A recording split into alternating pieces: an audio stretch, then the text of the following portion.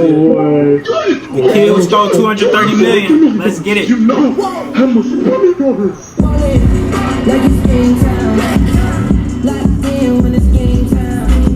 We got the kid that stole 230 million. Let's get it.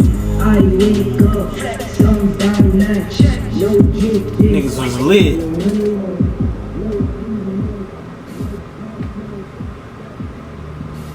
It's the 19th of August, 2024, the day a group of young adults carried out one of the largest crypto heists ever recorded. 20-year-old Malone Lam, 18-year-old Virgil Tal, 21-year-old Jamiel Serrano, Danish Chan, and Chen. These kids targeted a single Genesis creditor who had no idea they were about to lose a staggering $230 million worth of Bitcoin. But how did they pull it off?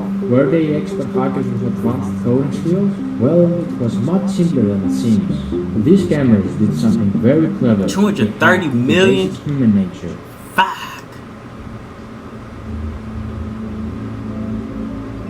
It all began with a phone call, a seemingly harmless contact from Google support, but this call wasn't from Google at all. Using a spoof number, Virgil Tal, also known as Wiz, convinced the victim that their personal accounts had been compromised. With this false sense of urgency, he gained access to the victim's Gmail and iCloud, where he gathered key security information. Another call followed, this time from Jamiel Serrano, aka Box, claiming to be a representative from Gemini, the crypto exchange the victim used. The victim was tricked into believing their account was under attack. Under pressure and convinced they needed to act fast, the victim reset their two-factor authentication settings, giving the thieves the access they needed to take control of the Gemini account, sending funds to a compromised wallet. The situation was spiraling, but the victim had no idea. When he was asked to use AnyDesk, a remote access software, it seemed like another step in securing their assets, but in reality, it was the final blow. As the victim unknowingly shared the screen, the private keys to their Bitcoin wallet were exposed, and in just a few clicks, the digital fortune was transferred into the hands of the thieves. They live stream this shit?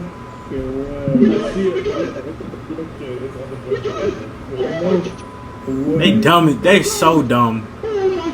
In a private video, why would you recorded the live reactions to the successful transfer of 4,064 bitcoins valued at over $230 million at the time. Clearly excited as they watched the millions flow into their wallets. How did they manage to pull off such a heist? That's crazy. How could someone with that much you wouldn't even hear so from me, honestly. And why will they record themselves in the act of committing such a massive crime? These are questions that might never be fully answered, but one thing was clear. The money was now in the hands of the criminals, and they knew their work wasn't done yet.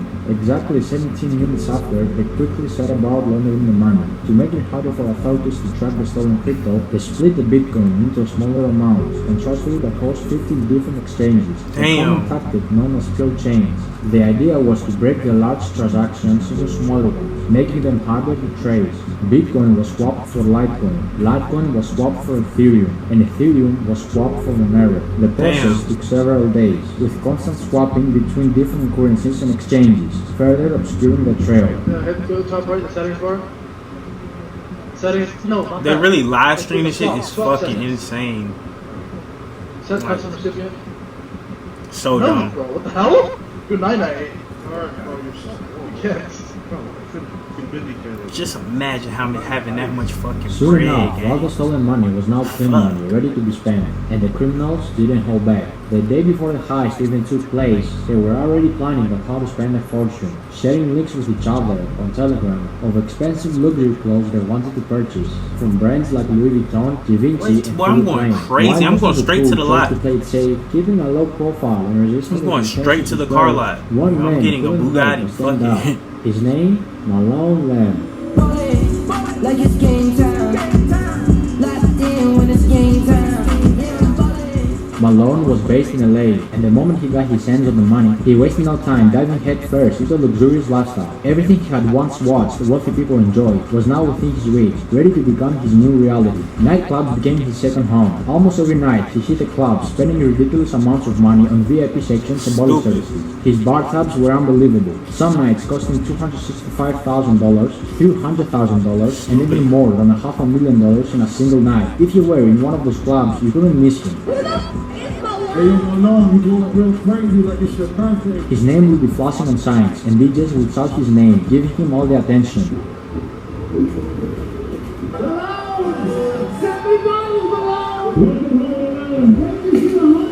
Nigga said, welcome home alone. But it was loving getting paid in there.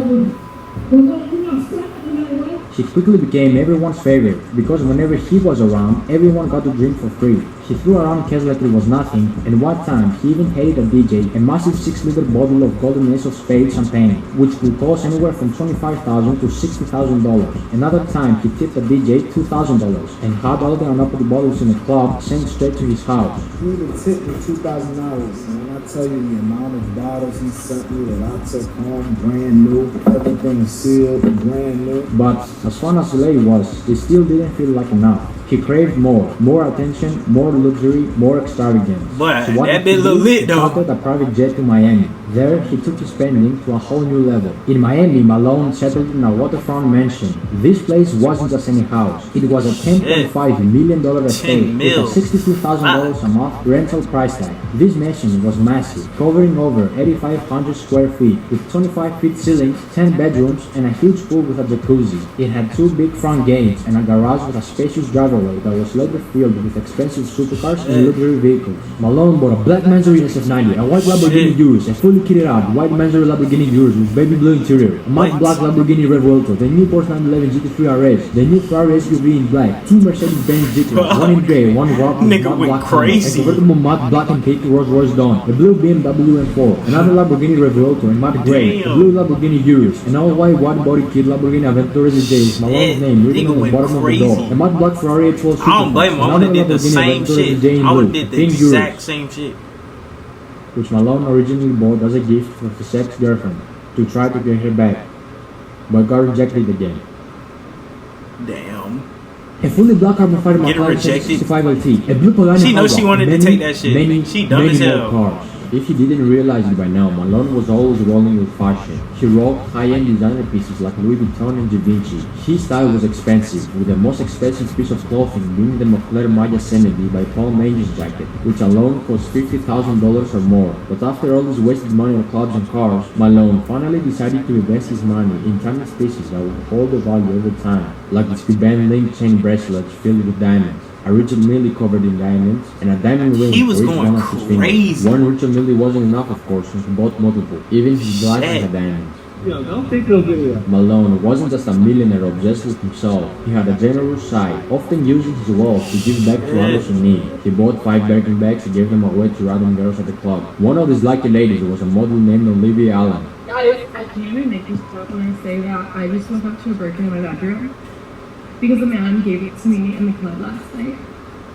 This is your sign to go clubbing. Another lucky lady who got a Birkin bag was famous TikTok star Sky Bree. Me and my two girlfriends Ooh, Scott walked over Brady. to the section, and this kid, I'm gonna refer to him as like a kid. I mean, he was definitely over the age of 18. He looked pretty young. He comes towards me and he's like, I got this for you.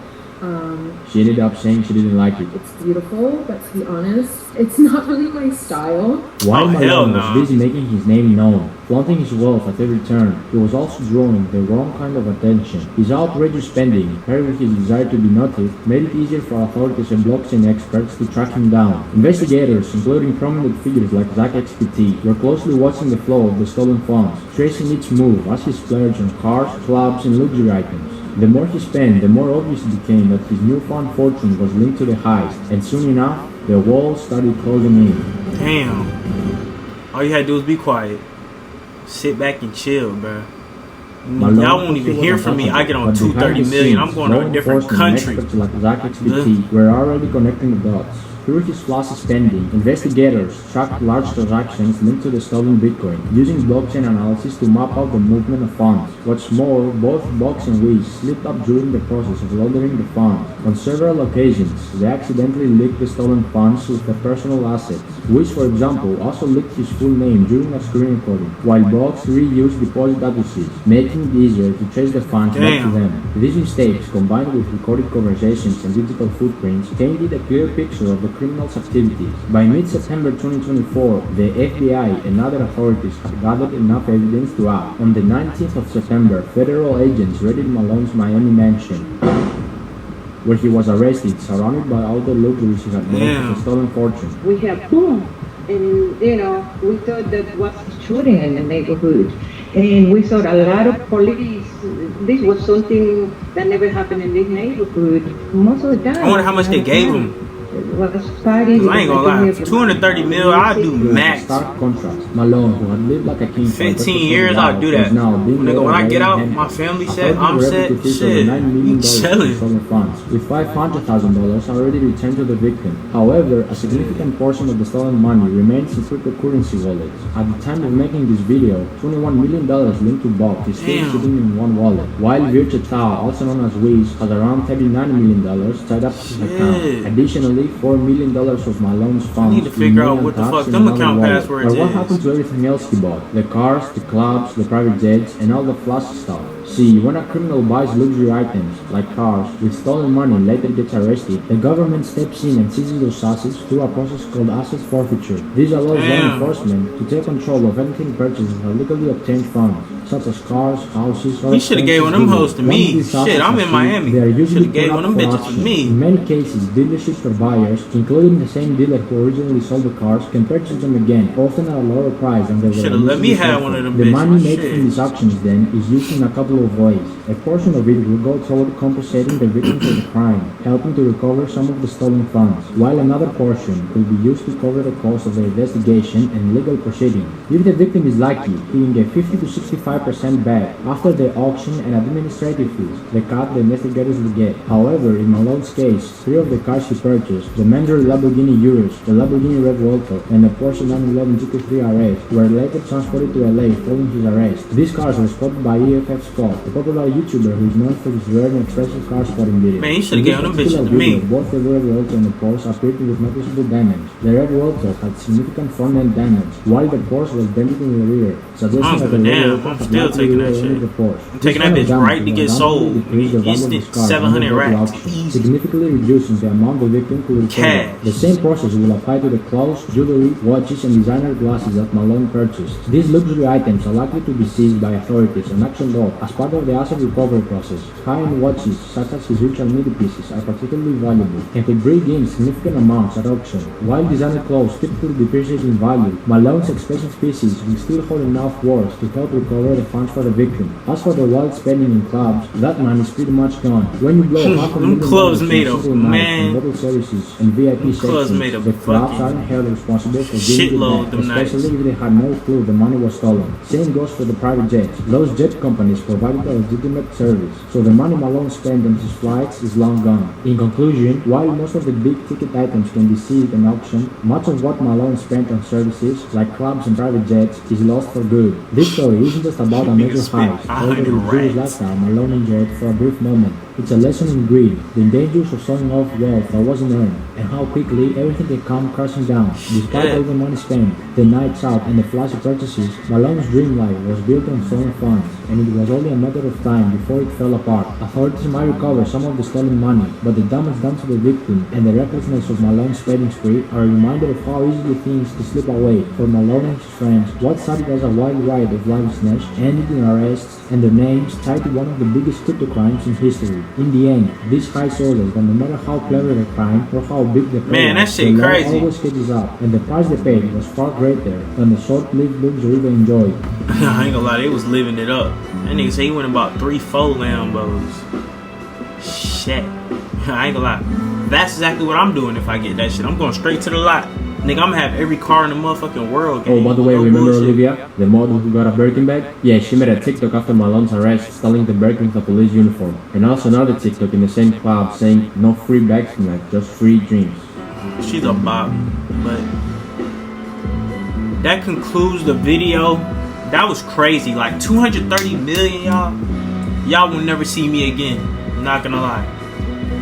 Never see the light of day of my face.